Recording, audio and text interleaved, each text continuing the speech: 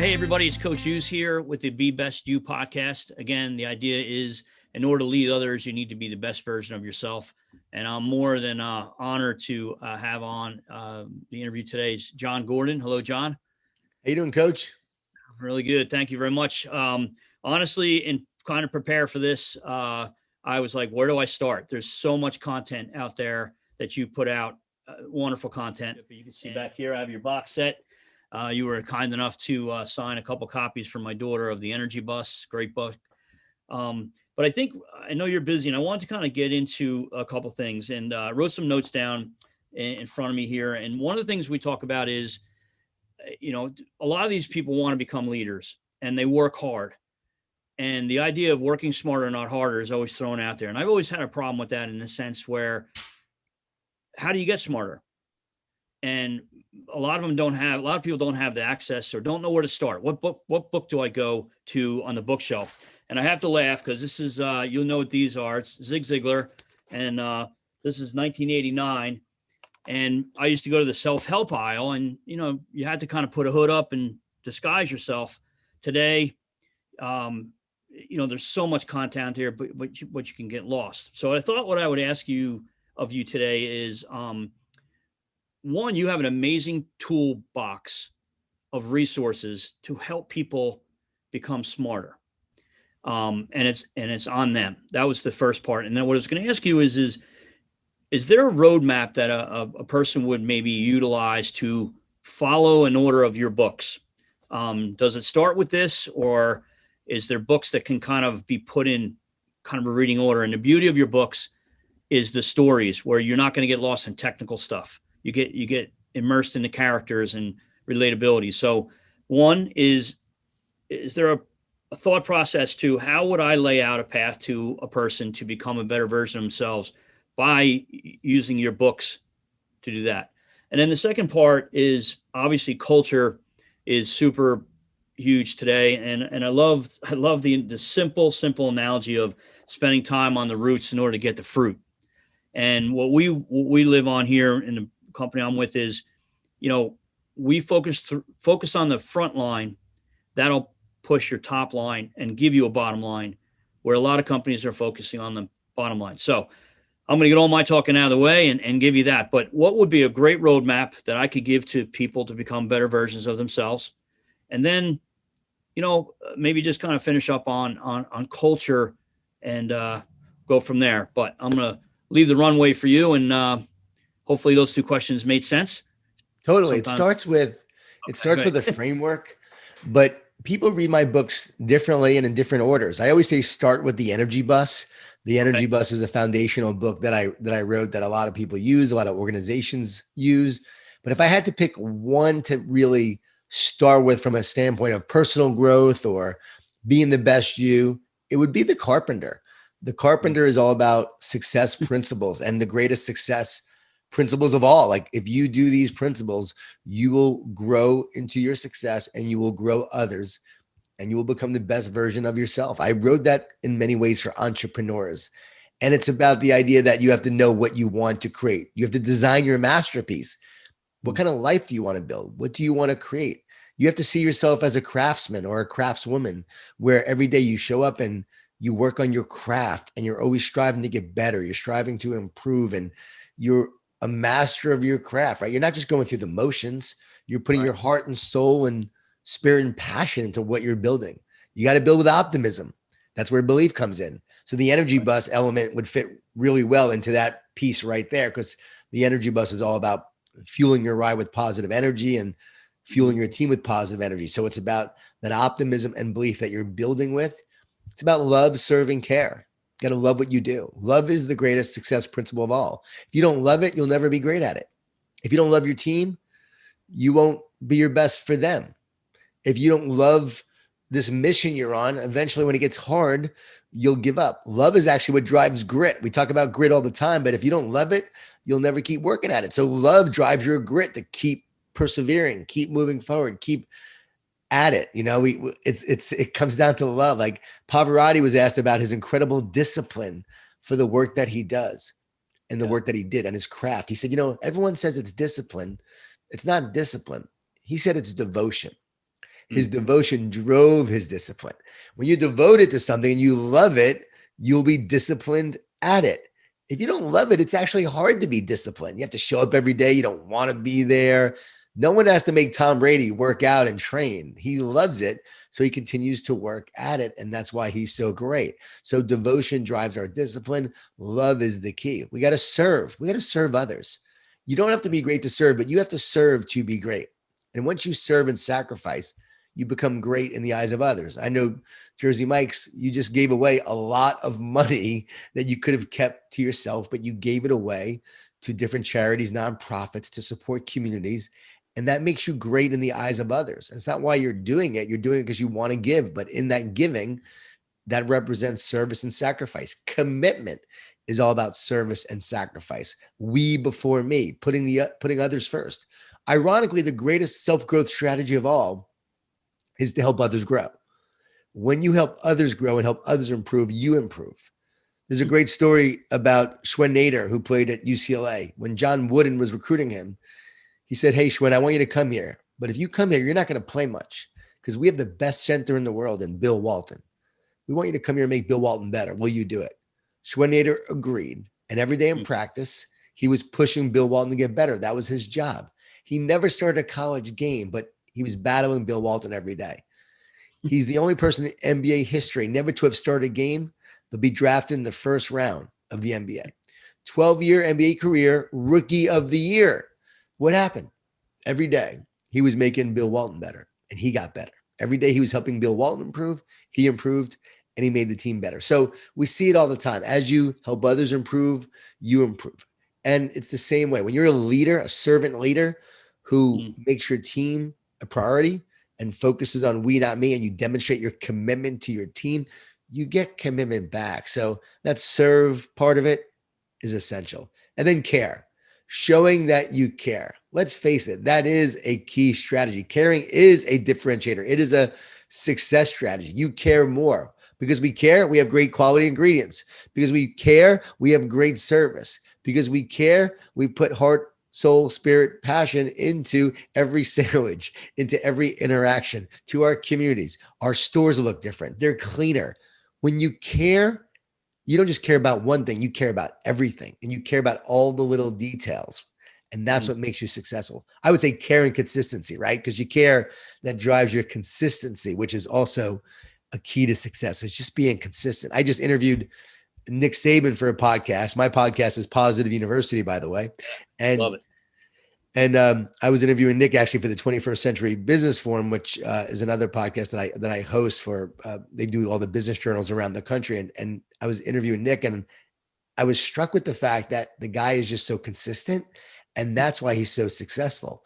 He's obviously smart, has a lot of great characteristics, but he could also be someone who is always driving too much and pushes too much, and sometimes isn't liked by his players. Sometimes he doesn't love them enough, things like that. But the fact that he's so consistent all the time, always the right, like always the same person wherever he is, always the same person every day, the same routine, the same practices.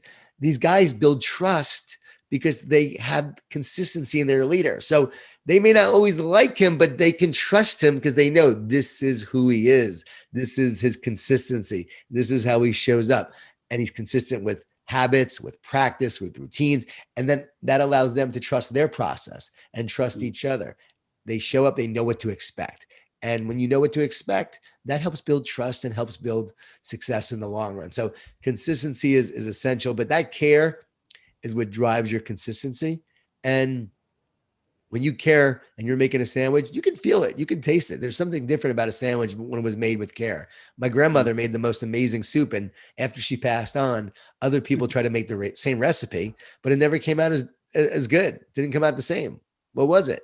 Her love made the difference. And I think there's a phenomenon with that we actually can tell when someone cares, when they're cooking something, making something, and you can feel it. That's why brands that care, you know, when a brand cares, you feel that with the brand, and you know there's something about it. You don't know what it is, but it makes you want to buy that product when you're on the grocery shelf or driving down the street. There's something about a brand that it's hard to quantify, but you feel it and you sense it and you know it. And that's the care. And so these principles are essential if you want to be great at anything if you want to build greatness. So I would say start the Carpenter.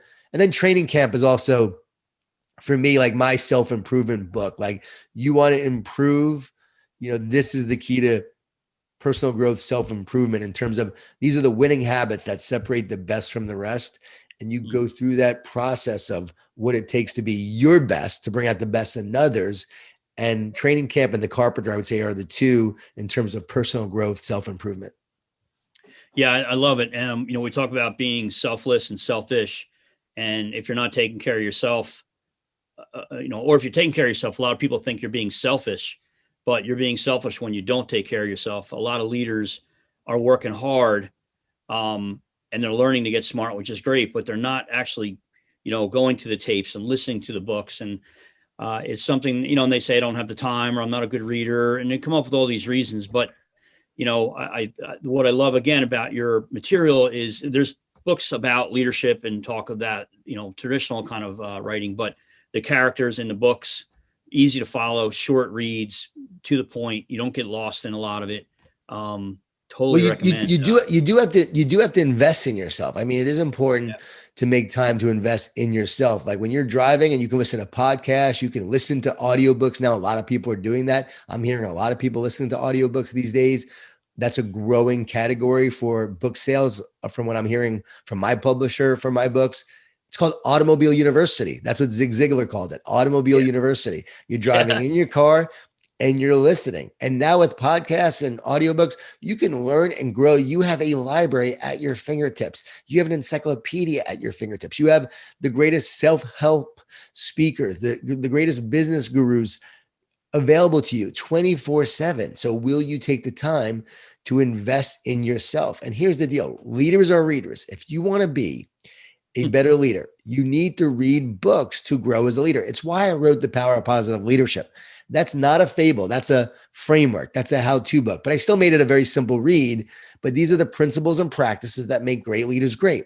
And I wrote that because I wanted leaders to have a framework of how they needed to lead others. So you got to read in order to improve. You got to read to get ideas and to grow. And the books that you read will shape you and mold you and change your life. So if you're listening to this, read books. Doesn't have to be my books. I don't want to be self-promotional. Just my books are simple and easy to read and you can act on them, but start reading and start growing with those books. Take the time to invest in yourself, because if you don't, you can't help others. Here's the deal. You have to feed yourself in order to feed others, right? If you don't have it, you can't share it. So you have to feed yourself with positivity. You got to be more positive than the negativity you face. You got to overcome all the adversity, the challenges, and the setbacks in this world right now to be able to lead others in a more positive way. So you feed yourself to feed others. Same thing with the knowledge. The knowledge you get as a leader and as a person to be your best, you become someone who brings out the greatness in others. And that's what it's all about. You will grow so much by the books that you read. My challenge is try to read one book a week, or even just 20 minutes a day. Start with 20 minutes a day, every day. You'll be amazed at how many books you read by just reading for 20 minutes a day. And we all have 20 minutes. Make that part of your routine. It will probably grow into 30 minutes, maybe even an hour. But every day, just a little bit, you will read a lot of books over time and you will see your growth. The trajectory will be amazing. Yeah. And our tagline at the end of our manifesto is help nourish, help flourish. The idea is you can't do that if you're not nourishing yourself. So, in today's work environment, managers are working and they're helping everybody else. I actually really had a conversation with a gentleman last night, unbelievable young man, probably 30, maybe about 35 years old, and just said, I'm burnt. I've given too much to everybody else. I didn't leave it enough for myself. And, I obviously I've done that myself. And I just says, listen, you're being selfish. If you're not being selfish, you need to be selfless and definitely nourishing yourself so you can nourish others. Yeah. And then the other is consistency. You said that and it just struck me. And the people who will probably listen to this, they're going to know who I'm talking about. Peter, the most consistent person I've ever met. And it is why he's successful, is because of that consistency. Every day, being true to that. And it's not a lot. He doesn't have a lot of things. It's a very core 2 or 3 things that he puts in front of him every day. Doesn't overcomplicate it. Right. Keep it simple. Don't Be distracted. Distractions are the enemy of greatness. Mhm. Say no to the things that are not important. Say yes to the things that are important. Focus on them. There's only a few things I do every day, right? Reading and writing and speaking and communicating. I try not to do too much because the minute you do, you get distracted, you get taken away with all these different things that don't matter. And you Mm. got to leverage your strengths. What are you good at? Use your strengths. When you leverage your strengths, you become known for those strengths. You can't be everything to everybody. You can be, right? You can be the favorite to a certain amount of people, right? There's a core group. Like, not everyone's going to love Jersey Mike's, but the people that do, man, they love it. They're fanatical about it. And you have to know who your customers are, but you also have to know what your strengths are and serve them with your strengths and be known for your strengths. And that's how you build a brand. Right. And then I guess the other is culture. And God, I mean, that's a 10 podcast series right there. I don't think you could Right. ever, but I think the thing about culture is it's not an line item on a P&L. It's that intangible that management says they need.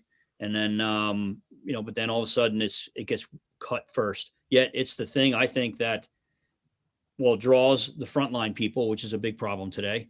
People want to work for a brand or a company or a team that has a bigger purpose. And I love, and I wrote it in here again, but you had said something about, oh, okay, the mission statement. Love this, love the comment of, every company has a mission statement, but you need to bring people on a team who have a mission, and it probably needs to be a similar mission to your mission statement. Can you speak to that a little bit from a culture standpoint? Sure. Well, you have a strong culture when everyone stands for the same things. You have values, you have these core values, and everyone knows what you stand for. Because once you know what you stand for, decisions are easy to make. And so, from a culture standpoint, everyone has a mission statement today, but only the great organizations have people who are on a mission. Right. That's the difference. Are we on a mission? And do we know what we stand for?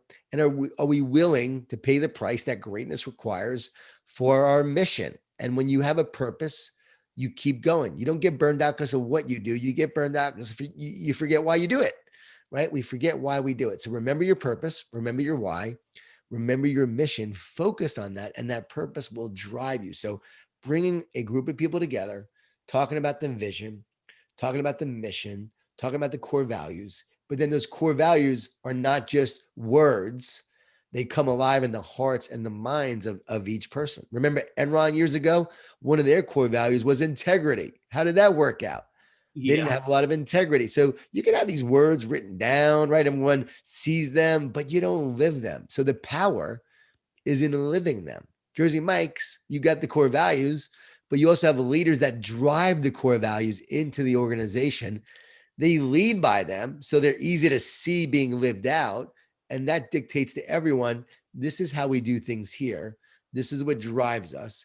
And then this is the mission we're on to make a difference. And when you have that mission and you know what you're doing and you have that clarity, clarity leads to focus action. So one of the most Mm. important things that you can do as a leader, whether it's of a location or the top leader of the company, is to provide clarity for your people. When you walk in here, this is what we're here to do. This is our focus. That clarity drives the actions of everyone on the team, which then leads to results. So it's all about clarity. Yeah, and I love how you're tying it not just to an industry, but teams, athletics, and then you brought the family piece in, as well in one of your books. And I was Relationship just grit. thinking, yeah, yeah, yeah.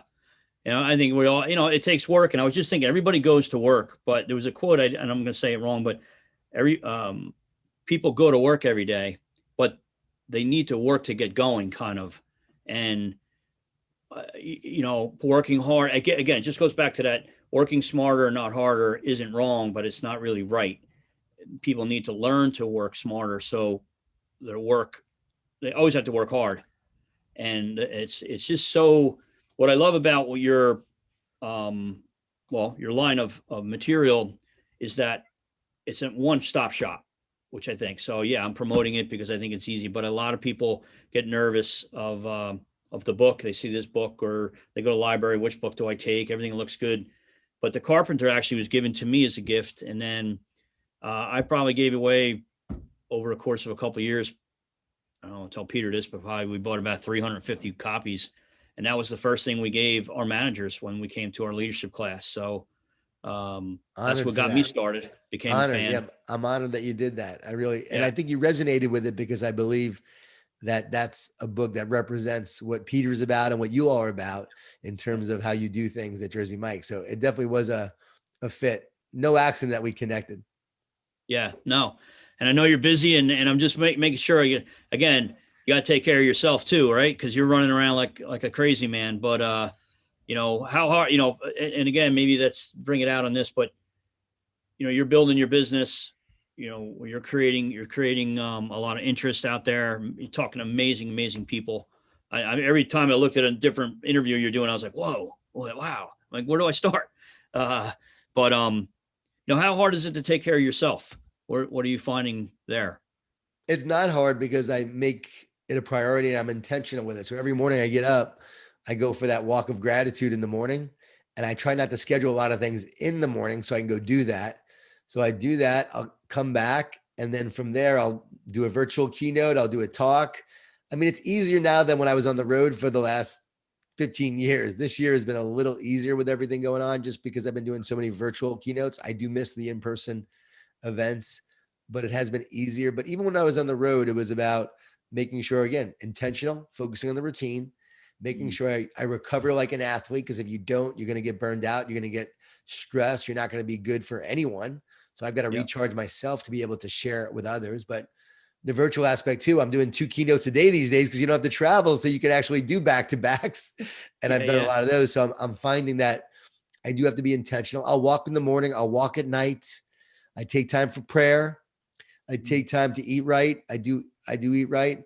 I've exercised a lot during this time. I'm in the best shape of my life, 50 and getting stronger, faster, better. Well, maybe not faster, but definitely better.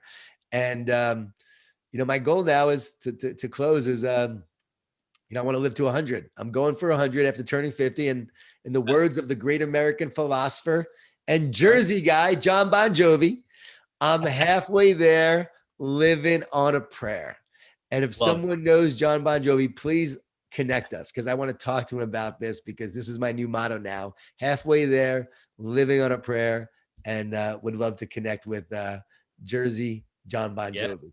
Yeah, I mean, well, hey, whatever we can do to make that happen, we'll see what we can do there. But John, I know you're busy. Half hour, just not enough is more than enough content to share, and hopefully we'll see you again. And looking forward to your next books.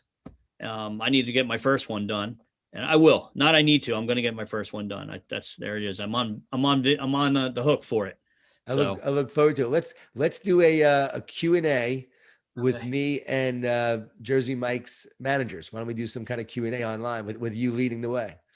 You know what? They would love it. I mean, you were at the keynote, a couple of years ago, and everybody couldn't get enough of that. And that would be an honor. And let's try to set something up. That'd be awesome. All right, Coach. Take care. No, thank you very much.